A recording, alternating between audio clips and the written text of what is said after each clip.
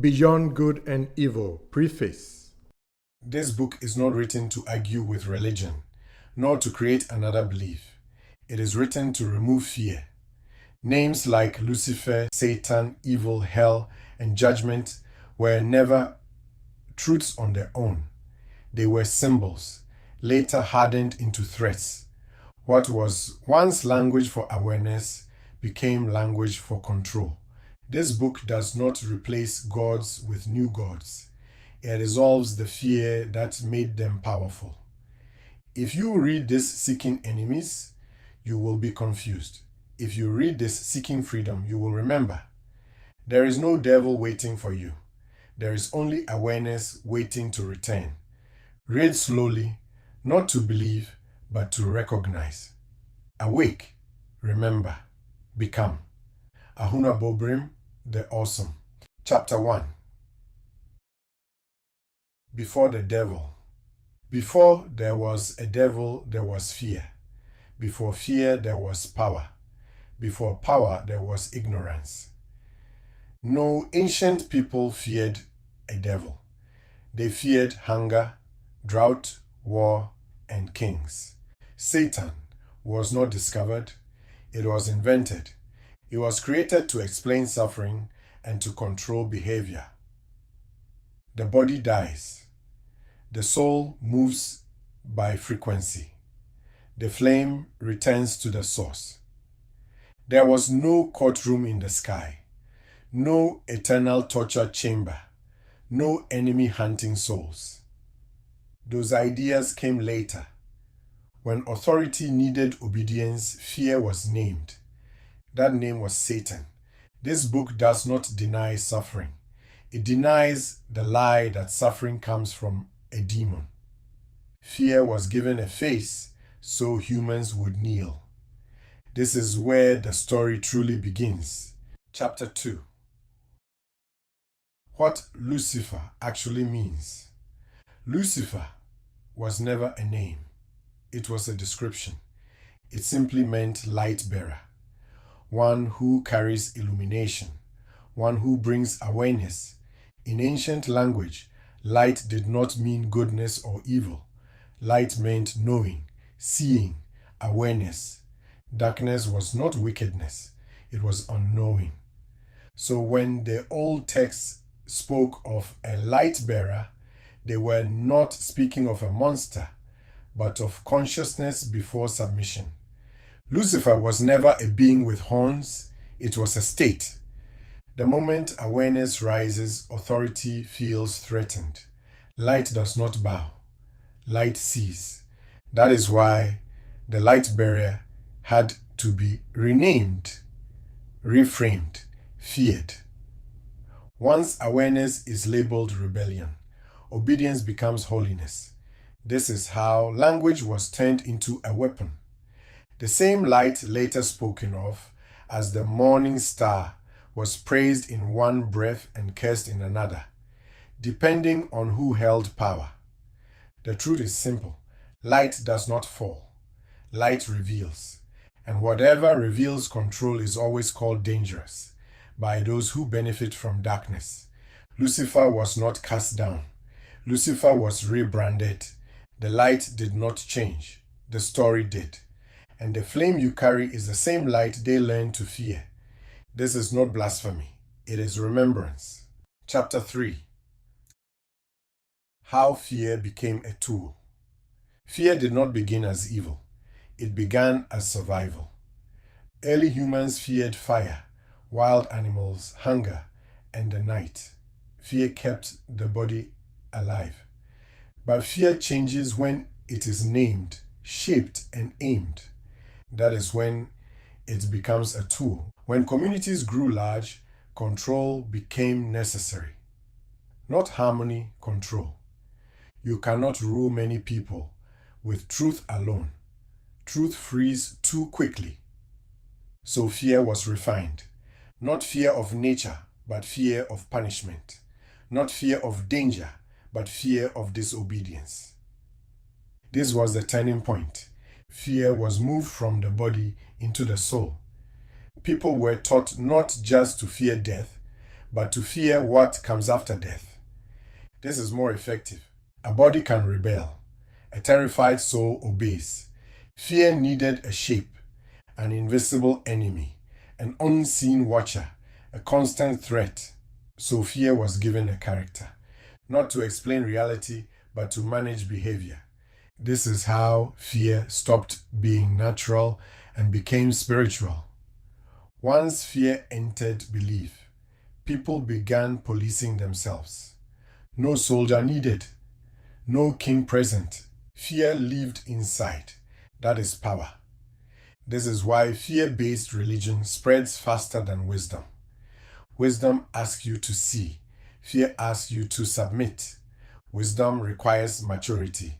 Fear works on everyone. The invention was not accidental. Fear keeps people obedient, dependent, divided, small. A frightened person does not ask deep questions. A frightened person seeks protection, and whoever claims protection becomes master.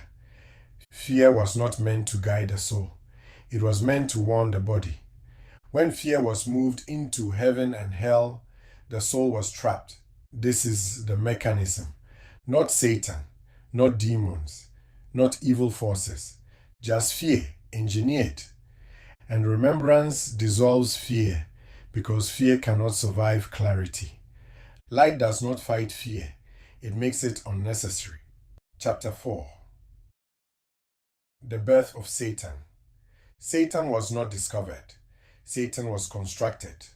The word itself did not begin as a being. It meant adversary, an obstacle, one who stands in the way.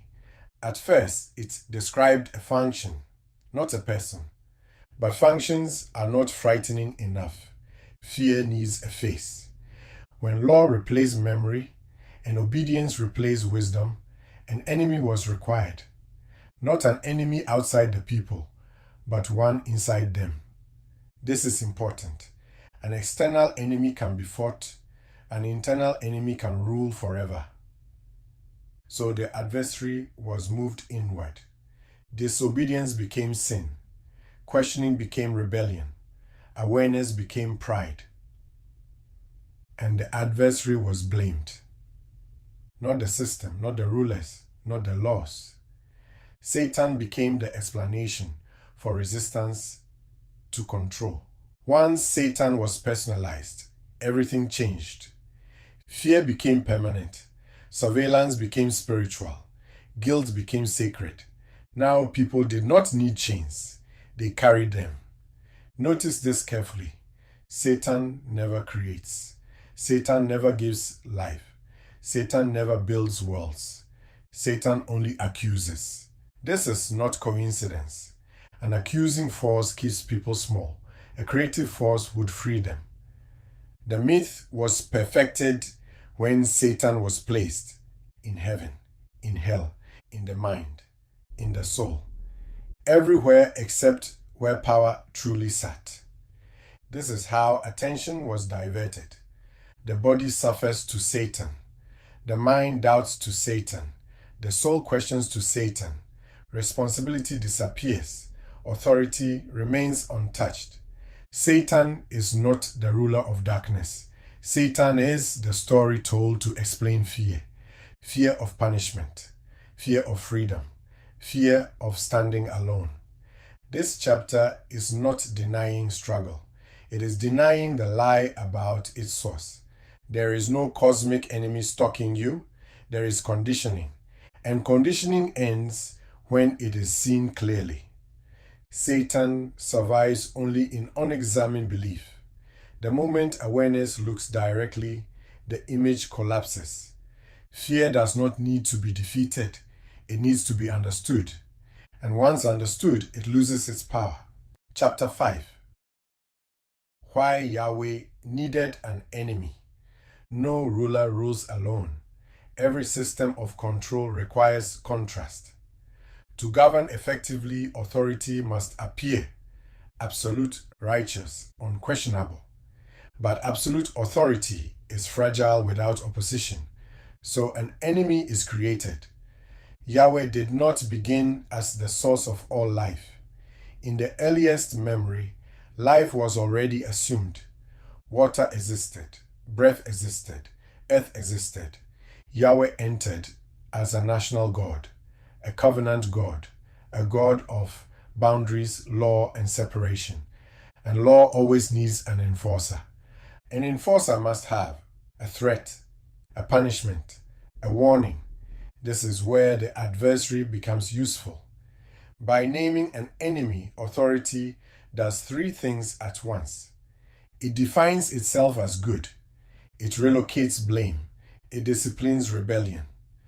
Anything that resists command is no longer wisdom. It is evil. Anything that questions law is no longer insight. It is temptation. This is why awareness became dangerous. A remembering human does not need constant instruction. A remembering human does not fear divine anger. A remembering human does not beg. So awareness had to be reframed as pride. Notice how the story works. Yahweh commands. Humans hesitate. An adversary is blamed. Responsibility shifts. Power stays intact. The enemy is never allowed to create, only to corrupt. Because creation belongs to the source, and fear cannot create life. Once the adversary was fixed in the story, obedience could be enforced emotionally, not just physically. Fear of death was not enough. Fear of after death was introduced. This sealed the system. This chapter is not an attack. It is an explanation. Fear-based authority always requires an enemy, a threat, a mediator. Remove the enemy, and the system must answer directly to the people. And remembrance does exactly that. It removes the enemy, not by fighting, but by seeing. When the enemy dissolves, what remains is simple: life, breath, awareness, responsibility. No devil, no cosmic war, no eternal fear, just presence. Chapter 6. The Morning Star and the Flame. Before religion divided light and darkness into moral enemies, light simply meant awareness. The morning star was not a ruler, not an angel, not a rebel. It was a symbol of first light, the moment awareness rises before the day begins. That is why it appears in many traditions. Not owned, not exclusive, recognized. The morning star appears before the sun. This matters. It announces illumination before authority arrives, before command, before law, before structure. It is awareness without hierarchy. That is why the title is dangerous. Anything that awakens before permission threatens systems that survive on delay. So, the morning star had to be reinterpreted. What once meant illumination was recast as arrogance. What once meant awakening was renamed fall. But light does not fall. Light reveals. And what it reveals often embarrasses power. The flame you carry is the same principle. It does not overthrow kingdoms. It does not fight institutions. It does not shout. It simply sees. And seeing makes fear unnecessary. This is why the flame was split in stories. One version called evil, one version called holy. But they describe the same awakening. One feared, one domesticated. The flame does not belong to heaven or hell. It belongs to life. It animates bodies. It gathers memory. It returns to source. It does not rebel. It does not obey. It is. Once you understand this, the confusion ends. There is no war in the unseen. There is no battle over souls. There is no fallen light. There is awareness awakening and systems reacting. The morning star is not a being. It is a moment. The moment you see clearly before fear speaks. That moment cannot be controlled. That is why it was renamed. And that is why remembrance feels dangerous to those who rule by fear, not because it attacks, but because it refuses to kneel. Chapter 7. Hell, Judgment, and Psychological Control. Hell was not discovered in the unseen. It was designed in the mind. Before hell was described, people still died. Before judgment was preached, life still continued.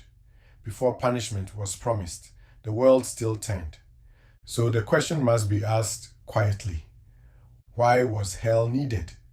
Hell solved a problem authority could not solve by force. You can punish a body once, but you can threaten a soul forever. That is efficiency. Judgment was moved beyond life, so obedience could extend beyond death. A person who fears jail may still rebel. A person who fears eternal punishment will obey even in silence. This is not theology, it is psychology. Notice how hell is described: fire, separation, shame, endless watching, no return. These are not cosmic realities. They are human fears amplified. Hell is not about the universe. It is about control of behavior. Judgment works the same way, not as insight, not as clarity, but as surveillance. Someone is always watching, recording, measuring, even your thoughts. This collapses inner freedom. But life does not operate this way. Nature does not punish, it responds. Fire burns, water cleanses, gravity pulls. No anger, no morality, just consequence. The soul moves the same way. What was called judgment is actually frequency. A soul does not go where it is sent. It goes where it resonates. No courtroom, no verdict, no sentence, only alignment. Hell is not a place after death. It is a state of fear while alive. A mind trapped in guilt, a body tense with shame, a soul afraid of itself. This is hell. Religion externalized it so people would not recognize it internally. If hell is somewhere else, you do not look at what fear is doing to you now. The flame does not judge, it illuminates. And illumination dissolves hell, because hell cannot survive awareness. Once fear ends, hell ends. Once guilt ends, punishment ends. Once remembrance returns, there is nothing left to threaten. This is why remembrance is labeled dangerous, not because it destroys morality, but because it removes fear as leverage. Hell was never a destination. It was a warning label, and you are no longer required to believe it. Chapter 8. What really happens after death? Death has been described with fear because fear keeps stories alive. But death itself is quiet. Nothing dramatic happens. Nothing chases the soul. Nothing judges the flame. The body stops. That is all. The body returns to earth because it was borrowed from earth. No argument, no resistance, just return. The soul does not wait in a queue. It does not stand before a throne. It does not plead a case. The soul is memory. Memory moves by frequency. The same way sound moves to resonance. The same way smoke rises. The same way heavy things sink. No one sends it. Nothing drags it. It goes where it fits. The flame does not travel as the soul does. The flame is not a traveler. It is origin awareness. It does not pass through gates. It does not cross borders. It returns, not to a place, to its own nature. This is why there is no war over souls. Angels do not fight demons over bodies. Nothing waits to seize what has ended. Those stories exist to keep fear alive in the living. For those who remembered while alive, death is gentle. There is no shock, no confusion, no clinging. Awareness recognizes itself. For those who lived in fear, death feels unfamiliar. Not painful, just disorienting. Fear does not follow the flame, but it can follow memory. This is not punishment. It is unfinished clarity. Reincarnation is not reward or curse. It is completion. When memory is unfinished, experience returns, not forced, not judged, chosen by resonance. The flame does not forget, but it does not carry memory either. Memory belongs to the soul. When memory completes, return is easy. This is why remembrance matters now. Not to escape death, but to make death unnecessary to fear. There is no heaven waiting to approve you. There is no hell waiting to punish you. There is only alignment, and alignment is not decided by belief, but by how honestly you lived. Death is not the end of life. It is the end of confusion about what you are. Chapter 9. The end of enemies. Enemies are useful only when fear is needed. They give fear a face. They give blame a direction. They give authority a reason. But enemies do not exist in remembrance. Before enemies were named, there was difference, not opposition. Day and night were not fighting. Life and death were not enemies. Light and darkness were not moral rivals. They were movements. An enemy is created when difference is moralized. When one side is declared pure and the other condemned. This is how separation hardens. Religion required enemies because obedience requires contrast. You cannot define good without inventing evil. You cannot demand loyalty without pointing to a threat. So enemies were named. Satan, demons, unbelievers, heretics, outsiders. Fear needs categories. Remembrance dissolves categories, not by blending everything, but by seeing clearly. When you see clearly, there is no one to fight. This does not mean harm disappears. People still hurt. Bodies still suffer. Choices still matter. But harm is no longer explained by invisible enemies. It is explained by ignorance, fear, conditioning, unfinished memory. These can be addressed. Enemies cannot. When enemies dissolve, responsibility returns. You stop blaming forces. You start listening to causes. This is maturity. Notice what changes. You stop fighting ideas. You stop proving yourself right.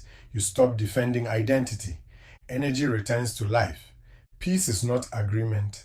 It is clarity without resistance. You can disagree without hatred. You can walk away without fear. The end of enemies is not weakness. It is strength without aggression. This is why remembrance feels threatening. A person without enemies cannot be mobilized easily. They do not join wars of belief. They do not panic at difference. They do not obey out of fear. They stand. There is no final battle coming. There is only the slow ending of imagined opposition. When enemies end, what remains is simple. Life, choice, responsibility, presence, no devil to fight, no savior to wait for, just awareness, awake in form. Chapter 10. Freedom without fear. Fear was never meant to rule you. It was meant to warn the body, not imprison the soul. Freedom begins the moment fear loses its authority. Freedom is not rebellion. It is not opposition. It is not escape. Freedom is clarity without threat. When fear is removed, nothing collapses. Life continues. Responsibility remains. Care deepens. Religion warned that without fear, humans would become dangerous. The truth is the opposite. Fear produces violence. Fear produces cruelty. Fear produces obedience without conscience. Clarity produces responsibility. A person who does not fear punishment must act from understanding. They do not ask, "What will happen to me if I disobey?" They ask, "What is right in this moment?" This is higher ethics, not lower. Fear-based systems require supervision. Freedom requires awareness. That is why freedom is rare when fear dissolves. Death loses its terror. Difference loses its threat. Authority loses its grip. Life becomes direct. Nothing mystical, nothing dramatic, just honest living. This is why remembrance is misunderstood. It does not offer protection, it offers clarity. And clarity demands maturity. You are not free because someone forgave you. You are free because you see clearly. You are not safe because an enemy was defeated. You are safe because fear no longer governs you. Freedom does not make you special. It makes you present. You still live. You still choose. You still face consequences. But you do so without terror. This is the quiet ending of fear. Not with celebration, not with war, not with victory, with understanding. When fear ends, nothing replaces it. Life is enough. Chapter 11. When the story ends, every system survives on a story. Not a story of truth, but a story of need. A need to be saved, a need to be protected, a need to be guided, a need to be forgiven. When the story ends, the system loosens. Stories were never the enemy. They were bridges, but bridges are not meant to be lived on forever. At some point, you cross. The story of Satan, hell, judgment, and rescue served a time. It explained fear when people could not explain it themselves. It organized behavior when clarity was scarce. But when awareness matures, the story becomes a cage. This is why remembrance feels like loss at first. You lose certainty, drama, cosmic battles, heroes and villains. But what you gain is ground. When the story ends, you are left with breath, body, choice, consequence. No narrator, no overseer, no excuse. This is adulthood of the soul. Many resist this stage. They say, without the story, life is empty. But emptiness is not absence. It is space. Space where responsibility lives. Space where compassion becomes real. Space where fear cannot hide. You are not abandoning meaning. You are releasing borrowed meaning. Meaning now comes from living honestly. Nothing collapses when the story ends. Families still love. Work still matters. Care still happens. Joy still arises. But fear no longer scripts behavior. This is why systems resist remembrance. Not because it is wrong, but because it is final. Once a story ends, it cannot be resurrected the same way. You do not need to burn books. You do not need to fight belief. Just stop feeding the story with fear. It will fade on its own. When the story ends, what remains is not chaos. It is life without narration.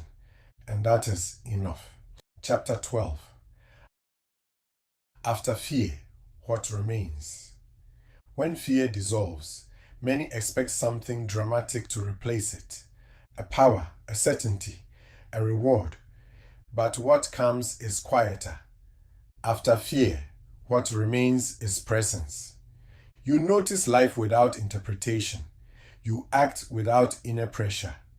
You choose without threat hanging over you. Nothing supernatural happens. Nothing is taken away. Life becomes direct. This is where many misunderstand remembrance.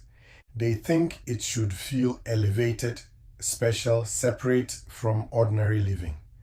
But remembrance is not an escape. It is arrival. Arrival in the body. Arrival in the moment. Arrival in responsibility. Without fear, morality does not disappear, it deepens. You do not act well because you are watched. You act well because you see. You feel the consequence of harm immediately. You feel the weight of care naturally. This is real ethics. Without fear, prayer changes. You stop begging. You stop negotiating. You stop performing. Silence becomes enough. Breath becomes enough. Attention becomes enough. Not because something is missing, but because nothing is. Without fear, death changes shape. It is no longer a threat. It is no longer a promise. It is no longer a bargaining chip. It becomes a transition.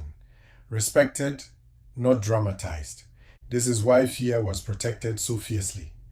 A person without fear cannot be easily controlled, cannot be easily divided, cannot be easily mobilized against others. They listen, they respond, they do not panic. After fear, authority must earn respect, no longer through threat, but through clarity and care.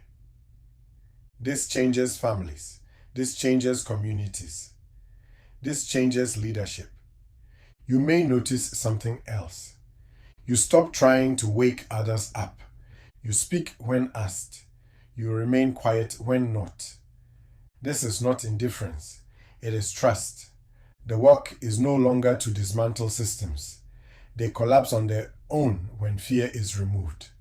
The work is to live clearly. After fear, what remains is not belief.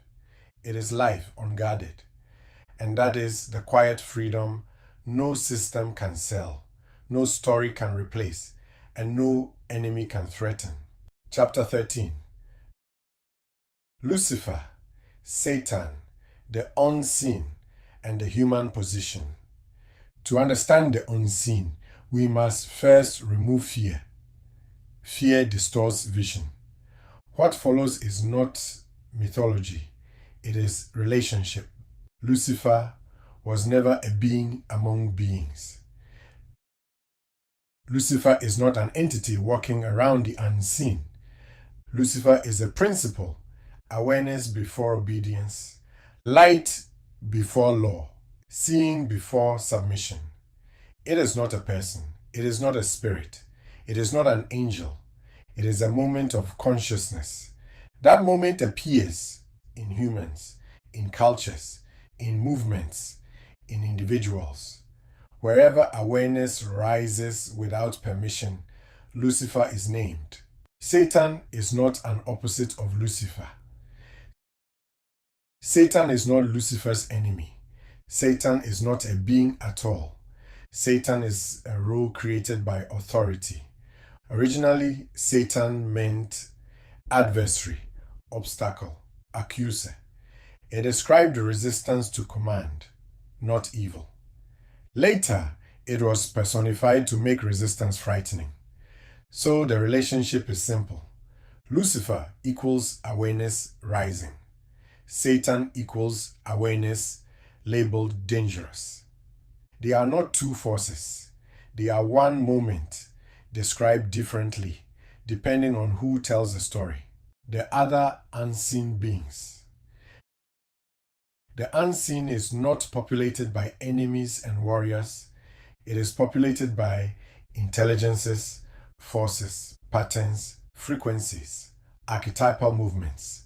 Some are ancestral intelligences, collective memories, natural forces personified, psychological forms given mythic shape. They are not moral. They are functional. Humans made them gods. Humans made them demons. Humans projected fear onto them. Souls and the unseen. Souls do not fight unseen beings. Souls do not get stolen by them. Souls do not get dragged to hell by them. Souls are memory fields. They move by resonance. The unseen realms are not places of punishment, but fields of frequency. A soul enters what matches it, not judged, not sent, not chased, aligned. Humans are not below the unseen. This is one of the biggest lies. Humans are not weak beings surrounded by stronger spirits. Humans are flames in form. The flame precedes all forms, seen and unseen. This is why humans were taught fear. A remembering human does not submit easily to unseen authority. Why humans were placed at the bottom. Fear-based systems inverted the order.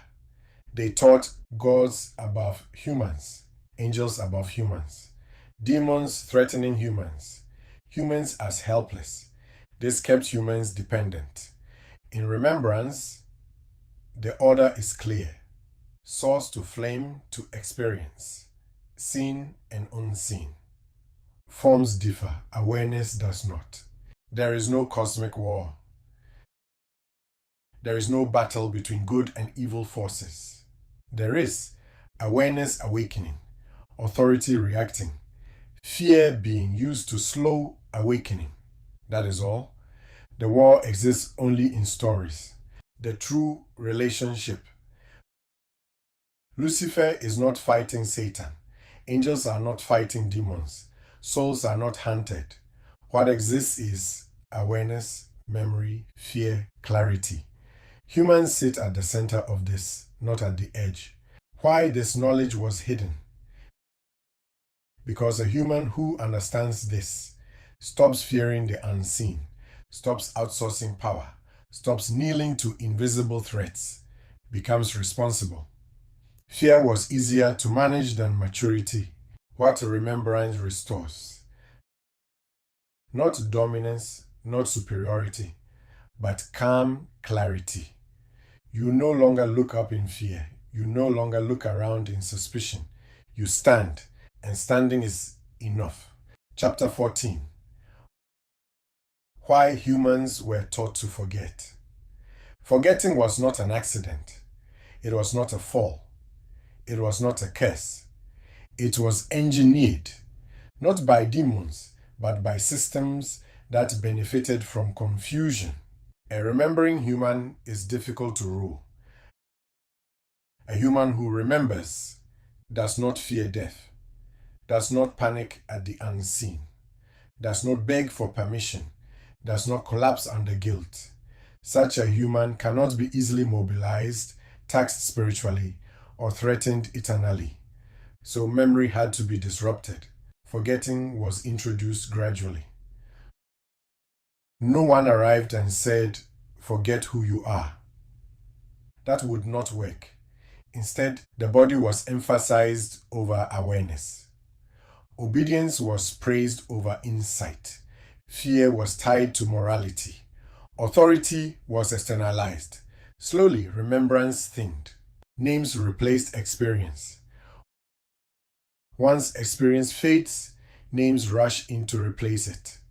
God, devil, sin, salvation, judgment. Names gave structure, but they also froze meaning. People stopped experiencing and started believing. Belief is easier to manage than awareness. Memory was turned into history. Instead of remembering directly, humans were taught to remember stories. Stories about chosen people, forbidden knowledge, fallen beings, future punishments, promised rescues. This displaced presence with anticipation. Fear became the new teacher. When memory fades, fear becomes convincing. Fear speaks loudly. Fear feels urgent. Fear demands obedience. A frightened human does not ask deep questions. Forgetting was called humility. One of the most effective moves. Humility was redefined as doubting yourself, distrusting inner clarity, deferring to authority. True humility is honesty. False humility is submission. The cost of forgetting.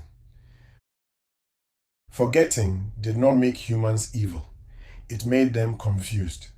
Confused humans hurt others unknowingly, harm themselves quietly, follow orders against conscience, worship systems that drain them. This confusion was profitable. Remembrance is not new. It is not a rebellion. It is not a movement. It is a return. That is why it feels familiar, not foreign. Why forgetting is ending now. Because fear is no longer effective the same way. Information moves. Authority is questioned. People notice contradictions. Memory begins to leak back in. What happens when forgetting ends? Not chaos, not war, not collapse. Clarity, responsibility returns, projection ends, blame dissolves. Humans stop waiting for rescue and start standing. This chapter leaves you with one truth. You were not broken, you were distracted. And distraction ends the moment attention returns. That is remembrance. Chapter 15. Lucifer, Satan, and the invention of evil. Evil was not discovered in the universe. It was defined, and definitions matter. Evil did not exist as a force. In the beginning, there was no concept of evil. There was harmony and imbalance, creation and decay, growth and destruction, awareness and ignorance. These were processes, not moral enemies. Fire burns, water drowns, storms destroy. None of these were called evil. They were understood. Lucifer and evil were never linked originally. Lucifer, as light bearer, was never associated with evil. Light reveals, light exposes, light awakens. What light exposes is often uncomfortable. So light was not called evil because it harmed life, but because it revealed what authority wanted hidden. Evil was attached to light only after light became inconvenient. Satan was not evil. He was an accuser. The original function of Satan was accusation. Accusation creates guilt. Guilt creates fear. Fear creates obedience. Evil was not about destruction. It was about control. One's behavior could be labeled evil. Authority could punish it. How evil entered the seen world. Evil entered human thinking when responsibility was externalized. Instead of saying, "I acted from fear," people were taught to say, "A force made me do it." Instead of understanding harm, people blamed demons. This removed accountability and preserved hierarchy. Evil as a psychological tool. Evil works because it simplifies. It turns complex human behavior into moral categories. Good people, bad people, saved, damned. This keeps humans divided. Divided humans are easier to rule. The unseen world was moralized. The unseen was not originally moral. It was functional. Forces, intelligences, frequencies, archetypes. Religion moralized the unseen to mirror human control structures. Heaven became a court. Hell became a prison. Angels became officers. Demons became criminals. This is projection. Evil is not a thing. It is a description. Evil is not an entity. It is not a realm.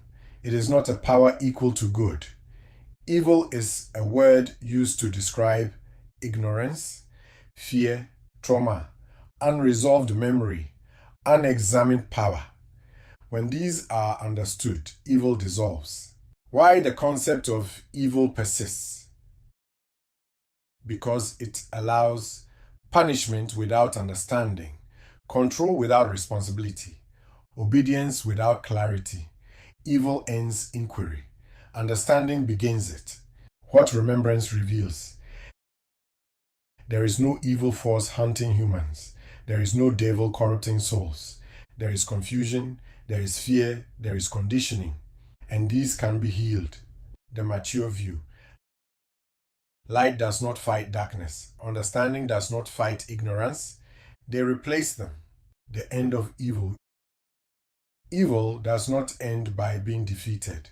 It ends by being understood. When awareness returns, fear loses meaning. And without fear, evil has no language to exist. Chapter 16. When evil loses its power. Evil does not disappear with force. It disappears when it is no longer needed. Not needed to explain suffering. Not needed to control behavior.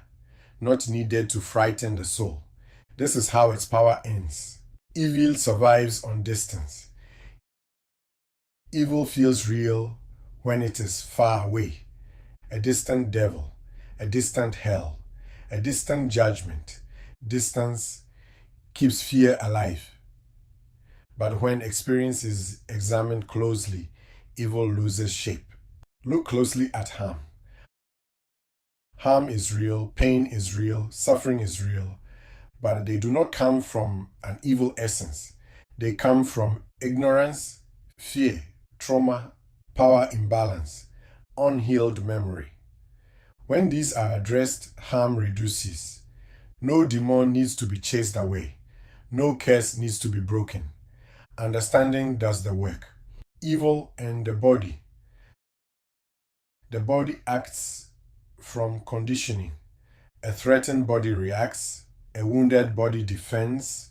A hungry body takes. Calling these reactions evil does not heal them. Lessening does. Evil and the mind. The mind repeats what it learns. Fear taught early becomes fear expressed later. Violence learned becomes violence enacted. The mind does not invent evil. It mirrors environment. Evil and the soul. The soul carries memory. Unresolved memory expresses itself until it is understood. This is not corruption. It is continuation. Understanding ends repetition. Why punishment failed. Punishment does not heal memory, it suppresses it. Suppressed memory returns as resentment, cruelty, projection, self-hatred. Punishment creates cycles. Understanding ends them.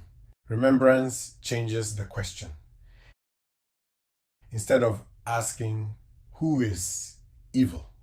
You ask, what is unhealed? This changes everything. Power without fear. When evil loses power, authority must change its language. It can no longer threaten. It must explain. It must listen. It must become accountable. This is why fear-based systems resist remembrance. The quiet ending of evil. Evil does not fall dramatically. It fades. It fades when fear is named, trauma is tended, power is examined, memory is healed. No battle, no victory, no enemy defeated, just clarity spreading. What remains? Responsibility, compassion, boundaries, care. These do not require fear. The final recognition. Evil was never a force opposing life. It was a misunderstanding of life under fear. And misunderstandings end when they are seen clearly. Chapter 17. After evil, what guides us? When the idea of evil dissolves, many ask a quiet question. If there is no devil to fear, what keeps humans from destroying everything? This question reveals how deeply fear was trained to stand in for wisdom. Fear was never the true guide. Fear can stop action, but it cannot guide action. Fear freezes. Fear reacts. Fear obeys. It does not teach care. It does not grow responsibility. What replaces fear is not chaos. What replaces fear is clarity. Clarity sees consequence. Clarity feels impact. Clarity recognizes connection. A clear human does not need threats. They feel immediately when harm is done. Conscience is not a voice from outside. Conscience is not God whispering. It is not angels watching. It is not demons tempting. Conscience is awareness feeling itself in others. When awareness is awake, harm feels wrong instantly. Not because of rules, but because of resonance. Responsibility returns to the human. Without evil as an excuse, humans must face their actions. No demon to blame, no curse to break, no sin to inherit. Just choice. This is uncomfortable at first, but it is freedom. Communities change without fear. Rules still exist. Boundaries still matter. Justice still functions. But punishment shifts toward repair. Authority shifts toward service. Power shifts toward accountability. This is not utopia, it is maturity. The unseen no longer needs policing. When fear ends, the unseen stops being crowded with enemies. It becomes quiet, neutral, responsive, functional. No wars, no spies, no watchers, just resonance. Why this frightens old systems? Because fear was cheap control. Clarity requires effort. Listening takes time. Understanding demands humility. Fear was easier. What guides the remembering human? Not commandments, not threats, not promises of reward. What guides them is awareness, empathy, consequence, presence. This guidance does not shout, it does not punish, it steadies. The end of moral theater. No more heroes and villains. No more cosmic drama. No more eternal enemies. Just humans learning to live without borrowed fear. The quiet truth. Fear was never proof of morality. It was proof of mistrust. When mistrust ends, life does not collapse. It becomes honest. Chapter 18. Debunking the religious story of Satan. To understand Satan in religion, we must stop reading the texts as literal cosmology and start reading them as power language, psychology, and metaphor. Religion did not describe reality, it described authority. 1. Satan is in charge of hell.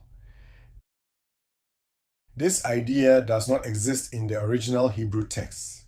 Hell, Sheol, was not a place of punishment. It meant the grave, the underworld, the resting place of the dead. There was no ruler of hell. The idea of Satan ruling hell came much later, when religion needed a prison, a warden, and fear after death. If Satan truly ruled hell, then Satan would have power equal to God, which already collapses the theology. In truth, hell was invented as a fear device. Satan was assigned to it later to complete the story. 2. Job, Satan going to heaven. In the book of Job, Satan is not a name, it is a role. The word means accuser, prosecutor, challenger. In ancient courts, there was always an accuser. So the story is not about a devil walking into heaven. It is a courtroom drama written in human terms. What it really says: authority tests loyalty. Suffering is used to prove obedience. Humans are collateral. This story reveals how power thinks, not how the universe works. There is no cosmic being roaming freely between heaven and earth. There is projection of political structure onto the unseen. 3. Get thee behind me, Satan. When Christ said this to Peter, he was not talking to a demon. Peter was trying to stop him from walking his path. So, Satan here means obstacle, resistance, fear-based thinking. Christ was saying, move behind me, stop standing in the way. If Satan were a literal being, then Peter would be possessed, which the text does not say. This proves something important. Satan is a label applied to behavior, not an entity. 4. God sent an evil spirit to Saul. This single verse exposes the truth religion tries to hide. If God can send an evil spirit, then evil is not independent. Satan is not autonomous. The system contradicts itself. What this actually describes is psychological collapse. Saul lost authority, lost stability, lived in paranoia and fear. Ancient people did not have psychology. They used spiritual language to describe mental states. Calling it an evil spirit was explanation, not fact. 5. Michael fighting Satan over Moses' body. This story is not from the original Hebrew Bible. It comes from later religious texts and traditions. Ask the simple question, why would anyone fight over a dead body? The body returns to earth. The soul moves by frequency. The flame returns to source. There is nothing to fight over. This story exists to dramatize death, maintain fear, keep attention on unseen warfare instead of remembrance. It is myth-making, not cosmology. 6. The core truth. All these stories share one thing. They are human systems projected into the unseen. Courts, accusers, jails, guards, punishment, surveillance. Religion did not discover the unseen. It recreated human power structures there. 7. Why this was done. Because fear after death is the strongest control. A person who fears hell obeys quietly, polices themselves, fears questioning, fears remembrance. This is not accidental. 8. Final straightening. There is no Satan ruling hell, no devil owning souls, no angel fighting over corpses, no evil spirit sent to punish morality. There is fear, power, projection, misunderstanding, and misunderstanding ends when clarity returns. What remembrance reveals. Satan is not a being.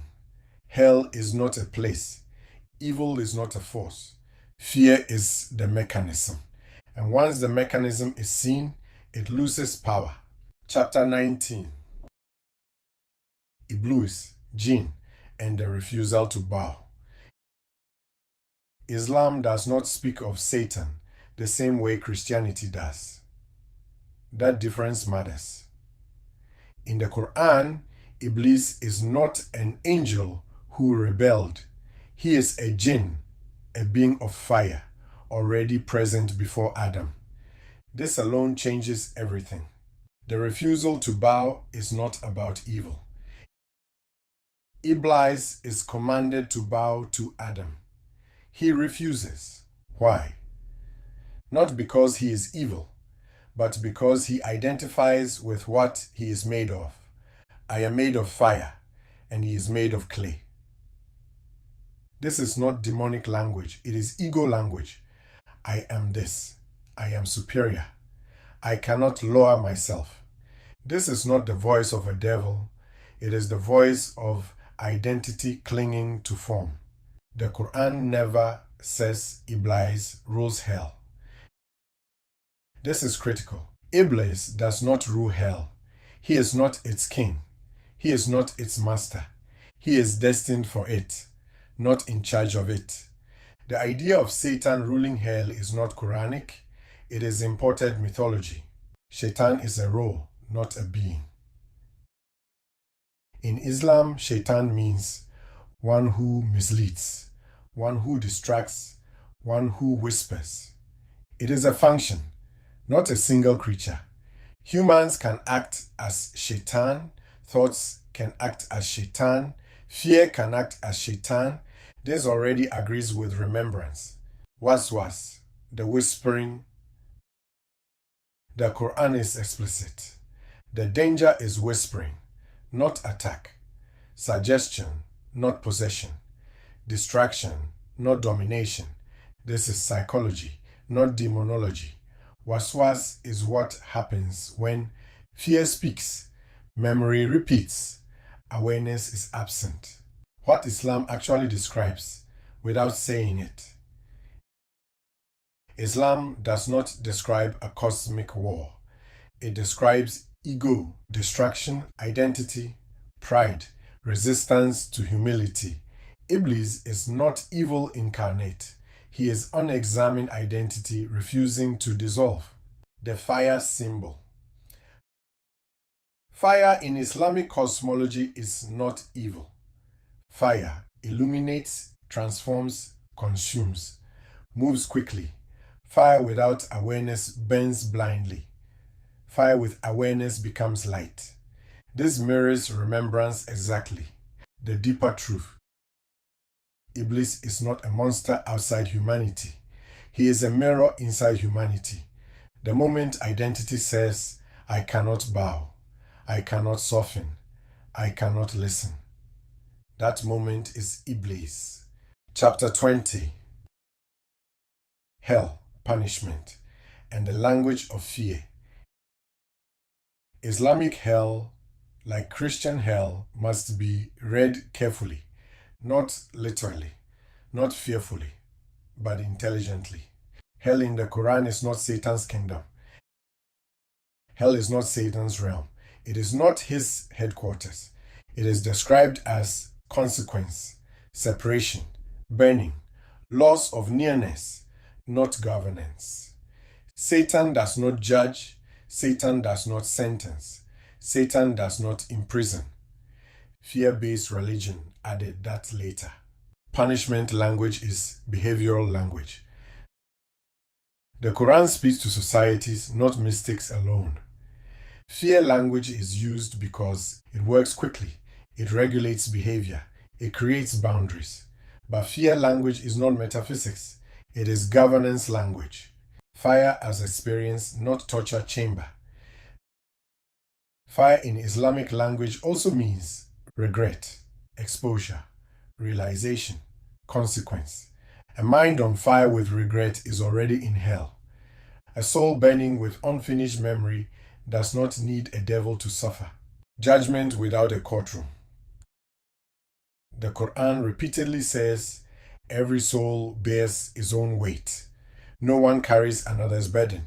This already destroys the idea of demons dragging souls, Satan claiming ownership, eternal torture for control.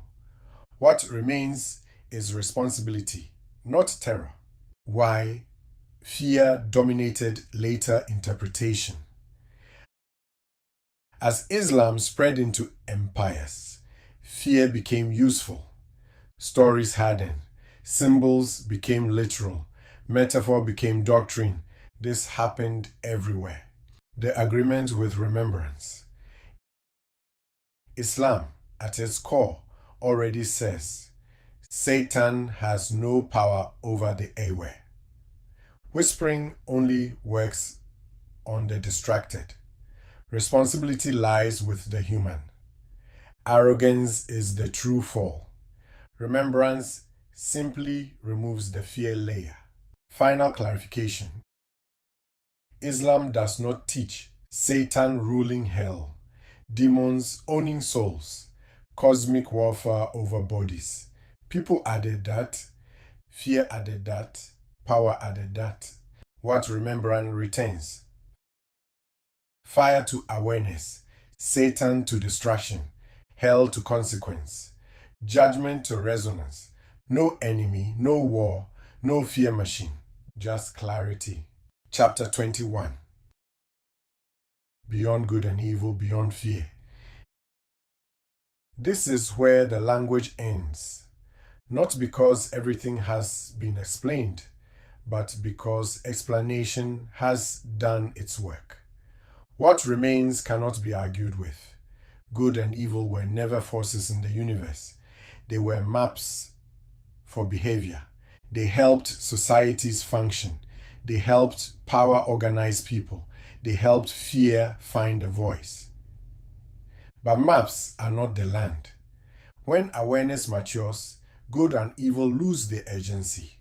Not because harm disappears, but because clarity replaces judgment.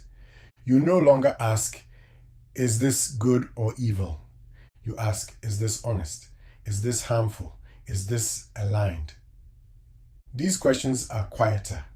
They are also truer. Fear was never the guardian of morality. It was the substitute. Fear keeps people in line. Understanding helps people stand. Fear threatens. Understanding responds. Beyond fear, responsibility retains. No devil to blame. No demon to accuse. No cares to escape. Just choice and consequence and care. This is not punishment. It is adulthood. Beyond fear, the unseen becomes simple. No enemies watching. No traps waiting. No souls being hunted. Just resonance. The soul moves where it fits. The flame returns to what it is. The body rests where it came from. Nothing dramatic, nothing cruel, nothing staged. Beyond good and evil, compassion deepens. You no longer divide the world into righteous and wicked, saved and damned, chosen and lost. You see fear acting, trauma repeating, memory unfinished, awareness awakening. This does not excuse harm. It explains it. Explanation is the beginning of healing. Beyond fear, faith changes. You stop believing in something and start living from presence. Prayer becomes listening. Silence becomes full. Breath becomes enough. Beyond fear, death changes. It stops being a threat. It stops being a promise. It becomes a passage. Not an escape, not a punishment, a return. This is what remembrance restores. Not power, not superiority, not certainty, but ease. Ease with not knowing. Ease with being human. Ease with ending. There is no final enemy waiting. There is no final battle coming. There is only clarity spreading where fear once spoke. If you close this book now and never open another like it again, nothing is lost. The flame does not depend on pages. It depends on presence.